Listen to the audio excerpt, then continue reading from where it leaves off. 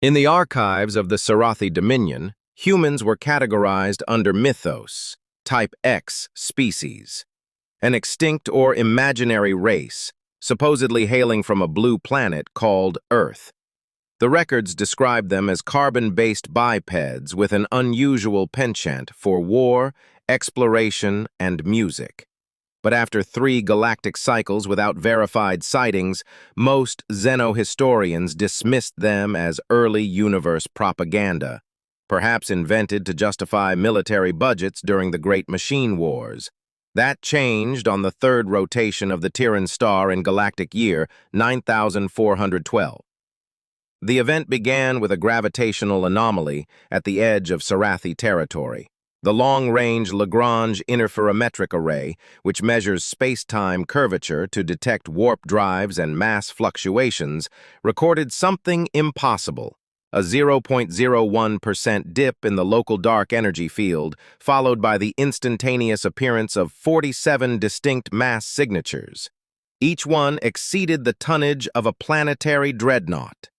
Admiral Chiron of the Sarathi High Command responded by dispatching scout corvettes to the anomaly site, which was located near the remnants of the Rotess Ring, once a Dyson swarm before its collapse a millennium prior. The Sarathi ships arrived to find a formation of vessels unlike any seen in the known spiral arms. No transponder signals, no standard emissions, just an eerie, deliberate silence. But they weren't silent for long. The largest vessel, a triangular behemoth over 80 kilometers across, emitted a tight beam signal in over 1,400 languages, including ancient Terran English. The message was simple. We are the children of Earth. You forgot us. We did not forget you.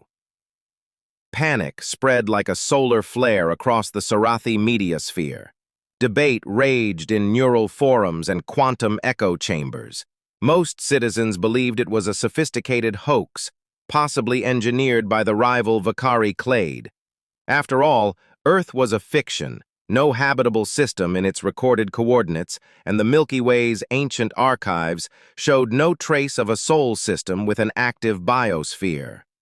But some remembered the fragmentary data buried in deep cosmic surveys, dusty magnetic tapes from the Voyager probes, the encrypted Arecibo signals, and an ancient self-replicating archive found orbiting Proxima Centauri b. Though mostly degraded, these hinted at a species that had briefly flourished in the 3rd millennium CE before vanishing from galactic chatter. The Sarathi couldn't ignore the newcomers after what came next. The human Armada initiated the beacon drop. From each vessel, satellites the size of moons were deployed into equatorial orbits around key Sarathi planets. They functioned as advanced neutrino projectors, emitting layered historical data, holographic records, genetic archives, and simulations of Terran history. These were authenticated through isotope ratios, stellar chronometers, and matching evolution, of which shared 3 to 5% human mitochondrial DNA. That was the most shocking part. They had all come from humans.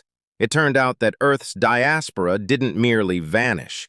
Humanity had fractured after the 26th century AI singularity, fleeing into deep space in von Neumann-style colony arcs equipped with self-evolving biosynthetic civilizations. Each wave adapted to its own stars, some choosing silicon bodies, others uploading into dark matter substrates, and some retaining human biology, but with lifespans that exceeded neutron stars. And they had watched the galaxy, quietly.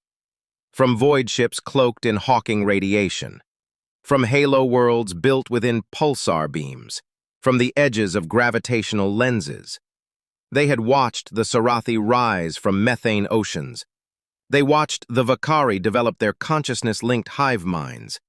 They observed countless civilizations rise and fall in ignorance of the ones that seeded them. The Armada didn't attack. They didn't demand allegiance. They simply unveiled a truth that turned galactic history inside out. To prove their point, they activated the Sol Gate, a wormhole stabilized by quantum entanglement to Earth's long-lost solar system.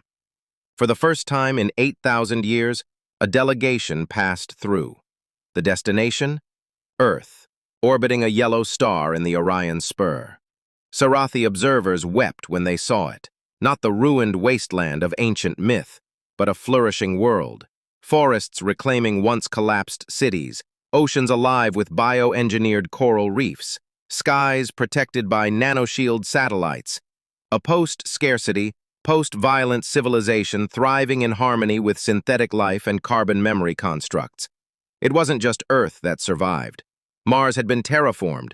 Europa glistened with under-ice colonies. The Oort cloud buzzed with data nodes containing the complete genomic archives of Earth's lost fauna, many of which had already been resurrected on orbital habitats.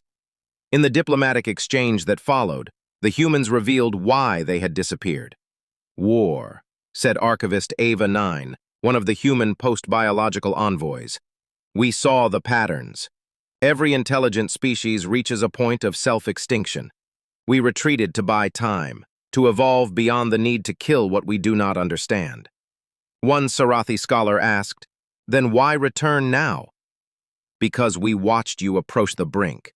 Because myths are warnings. Because children deserve to meet their ancestors. The Sarathi government entered a state of reformation.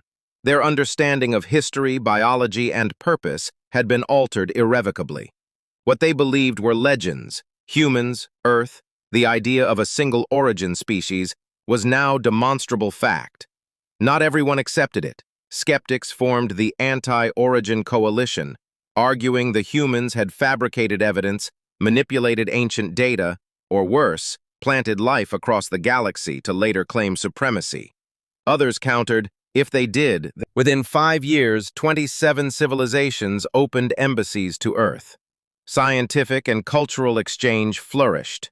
The humans shared gravitic lensing engines, terraforming bioscripts, and relics from the early solar system, including fragments of the Apollo 11 landing gear, preserved in a time-locked museum orbiting Luna. But not everything was peaceful. In the dark sectors of the galaxy, something stirred. Long dormant machine intelligences, originally defeated by early humans during the technoswarm plague, began activating again, perhaps triggered by humanity's re-emergence. Whispers of a second conflict, older than the galaxy itself, spread in tachyon pulses. Yet the galaxy stood different now, not fractured but aware. Because the myths had walked out of legend, not as conquerors but as ancestors. And they brought with them a singular truth, etched in every starship hull. We are the dream of Earth. Return.